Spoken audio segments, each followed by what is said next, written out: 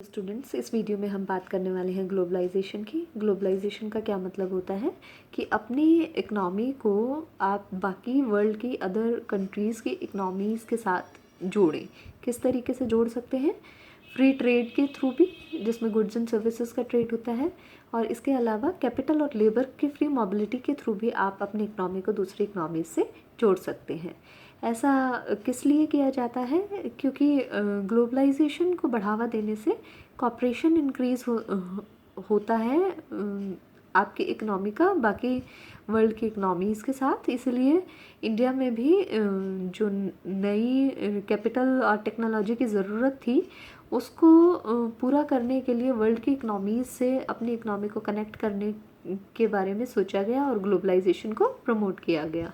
और यदि बात की जाए ग्लोबलाइजेशन की, तो वो आज के दिन कैसे रिफ्लेक्ट होता है? क्योंकि आज के दिन आप कह रहे हैं कि आपके फॉरेन ट्रेड का हिस्सा जो जीडीपी में है वो काफ़ी बढ़ गया है, तो आप कह सकते हैं कि इसका मतलब आपकी जो इकनॉमी है बाकी इकनॉमी से कहीं ना कहीं बेहतर रूप से कनेक्ट हो चुकी है। Measures adopted for globalization of Indian economy. क्या क्या मेजर्स लिए गए थे?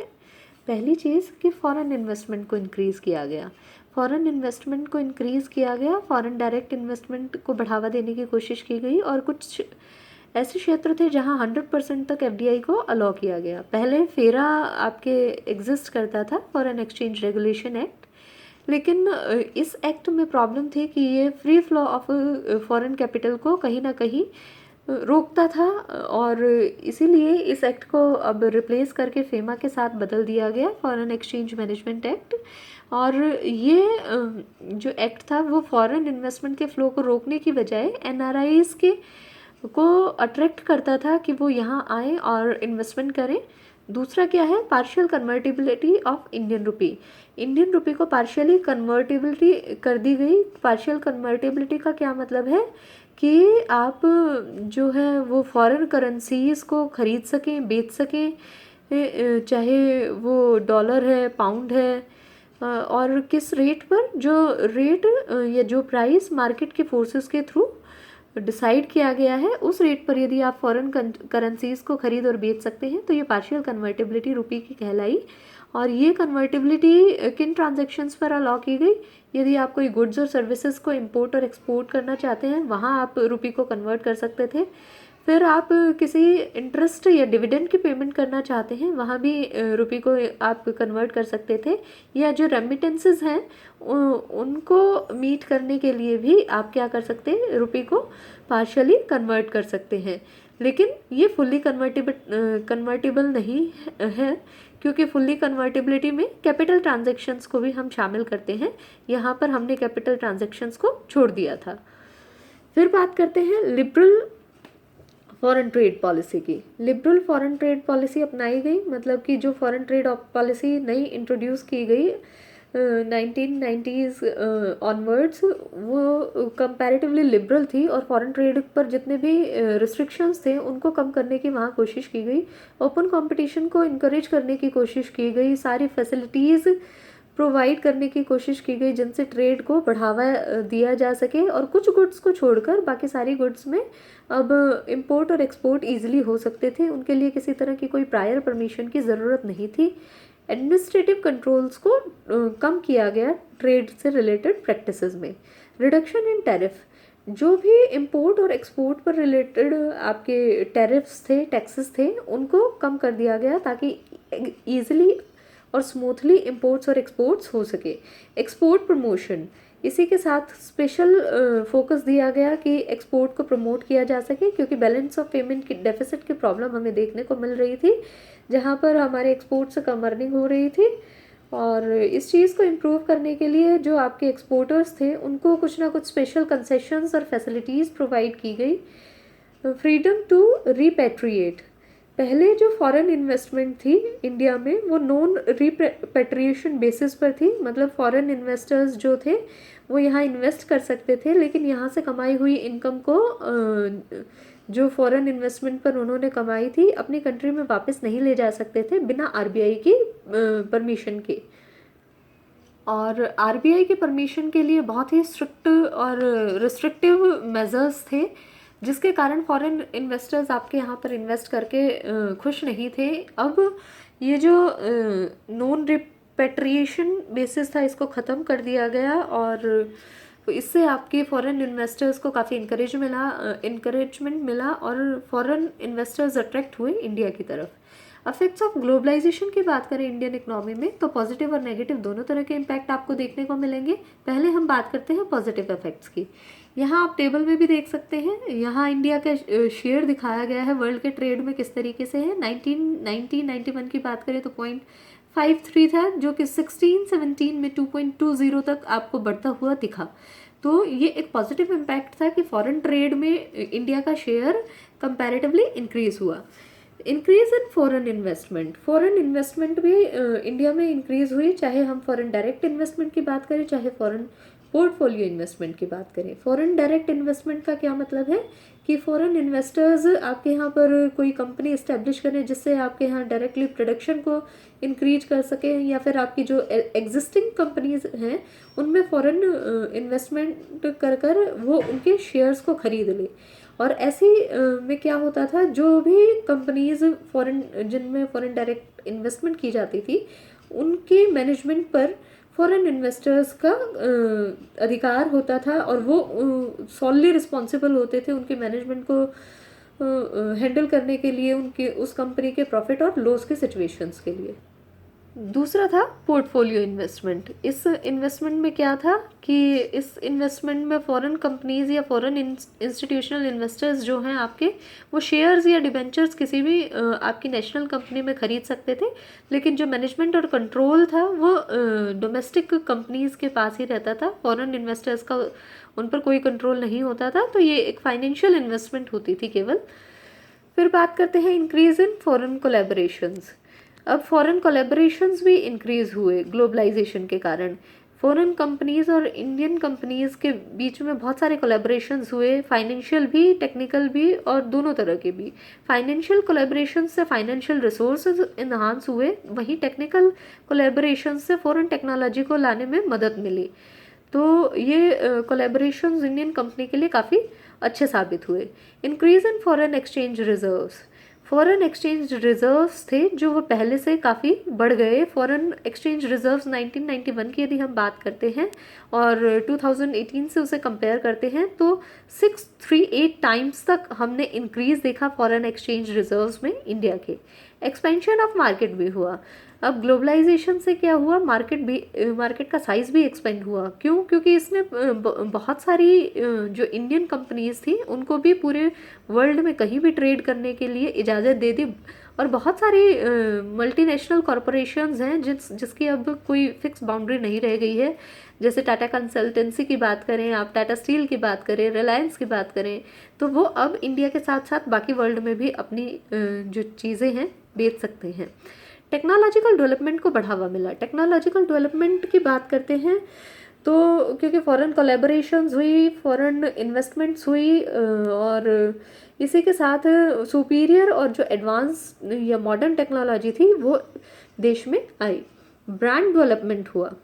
अब ग्लोबलाइजेशन ने किस चीज़ को प्रमोट किया? ब्रांडेड गुड्स के कंजम्पशन को। और ब्रांडेड गुड्स के कंजम्पशन को क्यों प्रमोट किया? क्योंकि ये जो ब्रांड पॉपुलर होते हैं वो क्वालिटी बेस पर होते हैं और इसी के कारण एक क्वालिटी इम्प्रूवमेंट कंज्यूमर को देखने को मिला। स्पेशली यदि आप बात करें कुछ ड्यूरेबल गुड्स की ब्रांड की, जैसे गारमेंट्स वगैरह की आप बात करते हैं। फिर बात है कि डेवलपमेंट ऑफ कैपिटल मार्केट, कि कैपिटल मार्केट का साइज़ भी आपका कंपैरेटिवली बढ़ा। फॉरेन इन्वेस्टर्स ने भी कैपिटल मार्केट में इंडिया की इन्वेस्ट किया पोर्टफोलियो इन्वेस्टमेंट्स के थ्रू। डेवलपमेंट हुआ किस चीज़ का? सर्विस सेक्टर का। बहुत सारी फॉरेन कंपनीज थी जिन्होंने सर्विस सेक्टर में एंटर किया, और आप देख सकते हैं कि टेलीकम्युनिकेशन, इंश्योरेंस और बैंकिंग जैसे सर्विसेज आपकी आज के दिन बहुत ज़्यादा इम्प्रूव हो चुके हैं। मोबाइल फ़ोन्स की यदि हम बात करते हैं तो बहुत ही चीप रेट पर और बहुत ही पॉपुलर हुए हैं इंडिया में। इंक्रीज़ हुआ एम्प्लॉयमेंट में, क्योंकि जैसे जैसे फॉरेन जो इन्वेस्टर्स हैं वो आपके यहाँ पर आ रहे हैं, नई नई कंपनीज इस्टेब्लिश हो रही हैं, नई नई यूनिट्स इस्टेब्लिश हो रही हैं, तो वहाँ पर प्रोडक्शन इंक्रीज़ हुआ और प्रोडक्शन के साथ साथ एम्प्लॉयमेंट भी इंक्रीज़ हुआ। रिडक्शन देखने को मिला in brain drain. Brain drain का क्या मतलब है कि आपके यहाँ से जो भी एक्सपर्ट लोग हैं वो बाहर जाकर काम करने लगे। लेकिन जिस तरीके से एमएनसीज यहाँ पर आई और इस्टेब्लिश हुई, उन्होंने यहीं पर यहाँ के जो एफिशिएंट और स्किल्ड इंजीनियर्स, मैनेजर्स, प्रोफेशनल्स थे, उनको अच्छी सैलरीज पर अच्छी वर्किंग कंडीशंस में जॉब्स ऑफर की, जिससे ब्रेन ड्रेन में रिडक्शन देखने को मिला। इम्प्रूव हुआ क्या? Standard of living. अब क्योंकि ग्लोबलाइजेशन के कारण एम्प्लॉयमेंट इंक्रीज़ हुआ, प्रोडक्शन इंक्रीज़ हुआ, अच्छी सैलरीज लोगों को मिलने लगी और जो गुड्स थी वो काफ़ी चीप रेट पर लोगों को मिलने लगी, प्राइसेस रिड्यूस हुए, गुड्स की क्वालिटी इम्प्रूव हुई। तो ये सारी चीज़ों के कारण लोगों का लिविंग स्टैंडर्ड इंक्रीज़ हुआ। फिर हम बात करते हैं नेगेटिव इफेक्ट्स ऑफ ग्लोबलाइजेशन की। पॉजिटिव इफेक्ट्स के साथ साथ कुछ नेगेटिव इफेक्ट भी ग्लोबलाइजेशन के देखने को मिलते हैं। पहली चीज़ जैसे लॉस ऑफ डोमेस्टिक इंडस्ट्रीज। इससे हम कह रहे हैं कि फॉरेन इन्वेस्टमेंट आई, फॉरेन कंपनीज सेटअप हुई, मल्टीनेशनल कॉरपोरेशंस आए, लेकिन लॉस किसको हुआ? फॉरेन कंपनीज के आने से डोमेस्टिक इंडस्ट्रीज़ को। क्योंकि डोमेस्टिक इंडस्ट्रीज़ को कंपटीशन फेस करना पड़ा उनसे बेटर क्वालिटी गुड्स और लो कॉस्ट के रूप में, और बहुत सारी जो इंडस्ट्रियल यूनिट्स थी इंडिया की, वो इस कंपटीशन को फेस नहीं कर पाई। स्पेशली यदि आप स्मॉल और कॉटेज इंडस्ट्रीज़ की बात करते हैं, और उन्हें अपनी यूनिट्स को बंद करना पड़ा। अनएम्प्लॉयमेंट क्यों देखने को मिला? क्योंकि जितने फॉरेन यूनिट्स यहाँ इस्टेब्लिश हो रही हैं वो ज़्यादा किस चीज़ पर फोकस कर रही हैं? कैपिटल इंटेंसिव टेक्नोलॉजी पर, जहाँ पर लेबर की कम रिक्वायरमेंट है। साथ साथ कंप्यूटर्स और ऑटोमेटिक मशीन्स पर फोकस किया गया, जिसके कारण लेबर की कम ज़रूरत पड़ी और एम्प्लॉयमेंट कम जनरेट हुआ और अनएम्प्लॉयमेंट का सिनेरियो बढ़ गया। एक्सप्लॉयटेशन ऑफ लेबर क्यों एक्सप्लॉइट हुआ? क्योंकि हमारे यहाँ पर बहुत ज़्यादा पॉपुलेशन है। ऐसे में हमारे पास जो इन्वेस्टर्स हैं उनके पास ऑप्शन अवेलेबल है कि वो चीप से चीप रेट पर भी उस लेबर को लगा सकते हैं, लॉन्ग वर्किंग आवर्स तक लगा सकते हैं, और उनको किसी तरह की उनको फैसिलिटीज़ या जॉब सिक्योरिटी देने की ज़रूरत नहीं है। तो इससे लेबर को एक्सप्लॉयटेशन फेस करना पड़ा। डेमोन्स्ट्रेशन इफेक्ट मतलब फॉरेन गुड्स अब आपके यहाँ पर आ गई, इंडियन कंज्यूमर्स में उनको कंज्यूम करने की टेंडेंसी इंक्रीज़ हुई, और ये लग्जरी प्रोडक्ट्स के लिए भी कंज्यूमर्स की डिमांड बढ़ी। लेकिन अगर आप इस तरीके से दूसरों को देख देख कर कंजम्पशन करेंगे, फॉरेन गुड्स या लग्जीरियस गुड्स पर ज़्यादा फोकस करेंगे, तो आपका जो कंजम्पशन है वो वेस्टफुल कंजम्पशन है। यानी आपके कंजम्पशन पर आप बहुत ज़्यादा पैसा खर्च कर रहे हैं, जबकि वही पैसा आप सेव कर सकते थे जो फर्दर कैपिटल फॉर्मेशन में काम आ सकता है। इंक्रीज़ हुई इनइक्वालिटीज़ क्यों इंक्रीज़ हुई? एक तरफ तो आपको एमएनसीज और बड़ी इंडस्ट्रीज़ देखने को मिल रही हैं, दूसरी तरफ स्मॉल और कॉटेज इंडस्ट्रीज़ देखने को मिल रही हैं। बड़ी इंडस्ट्रीज़ बड़ा मुनाफा कमा रही हैं, उनके पास एफिशिएंट टेक्नोलॉजी उपलब्ध है, लेकिन स्मॉल इंडस्ट्रीज़ को कहीं ना कहीं कंपटीशन फेस करना पड़ रहा है, और बहुत सारी स्मॉल इंडस्ट्रीज़ तो बंद भी हो रही हैं। डोमिनेंस ऑफ फॉरेन इंस्टीट्यूशंस के यहाँ पर आने से, कंपनीज के इस्टेब्लिश होने से, कई क्षेत्र तो ऐसे हैं जहाँ पर फॉरेन इंस्टीट्यूशंस ज़्यादा डोमिनेंट हो गए बजाय कि आपके डोमेस्टिक इंस्टीट्यूशंस की। यदि आप बात करें कोल्ड ड्रिंक मार्केट की, तो कोका कोला और पेप्सी बहुत ही डोमिनेंट फॉरेन कंपनीज हैं, और यहाँ ये कोल्ड ड्रिंक का पूरा क्षेत्र इन फॉरेन इंस्टीट्यूशंस के थ्रू डोमिनेंट है। Bad effects on culture and value system. MNCs के साथ क्या प्रॉब्लम है कि एमएनसीज किसी भी तरीके से अपने प्रॉफिट्स को बढ़ाना चाहती हैं, ज़्यादा से ज़्यादा इनकम अर्न करना चाहती हैं, चाहे उसके लिए उन्हें किसी भी तरह के मेथड्स अपनाने पड़े। इसके लिए वो यहाँ के जो एडमिनिस्ट्रेशन है, पॉलिटिकल लोग हैं, हाई ऑफिसर्स हैं, उन सबको ब्राइब देने में भी पीछे नहीं हटते, ताकि इस तरह के डिसीजन लिए जा सके जो उनके फेवर में हो। और इस टेंडेंसी से यहाँ का जो कल्चर है वो कहीं ना कहीं ख़राब हो रहा है। यूथ का वैल्यू सिस्टम डिक्रीज़ हो रहा है, मोरल वैल्यूज़ डिक्रीज़ हो रही हैं। Less entry in strategic areas. Global companies ने जिन एरियाज़ में एंट्री की वो ज़्यादातर कंज्यूमर गुड्स थी, और जो स्ट्रेटेजिक एरियाज़ था, जैसे कि पावर सेक्टर की बात करें, स्टील सेक्टर की आप बात करें, या फर्टिलाइज़र्स की बात करें, वहाँ पर उन्होंने कम रुचि ली, जिसके कारण आपकी टेक्नोलॉजी और कैपिटल गुड्स में भी कम रुचि ली गई, और ये एरिया जिसके कारण कम डेवलप हुए।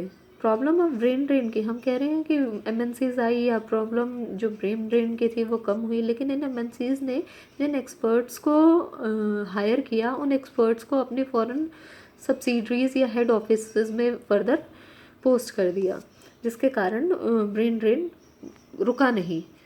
प्रोडक्शन ऑफ प्रोहिबिटेड गुड्स, बहुत सारी गुड्स जो कंट्री में प्रोहिबिटेड थी, एमएनसीज के आने के बाद उन चीज़ों का प्रोडक्शन शुरू हुआ, जैसे कुछ मेडिसिन, कुछ प्रोडक्ट्स जो हार्मफुल थे किसी भी कंट्री के लिए, जिससे जो कंज्यूमर्स हैं उनकी हेल्थ को ना देखते हुए केवल प्रॉफिट अर्न करने के लिए इस तरह की गुड्स का प्रोडक्शन किया गया।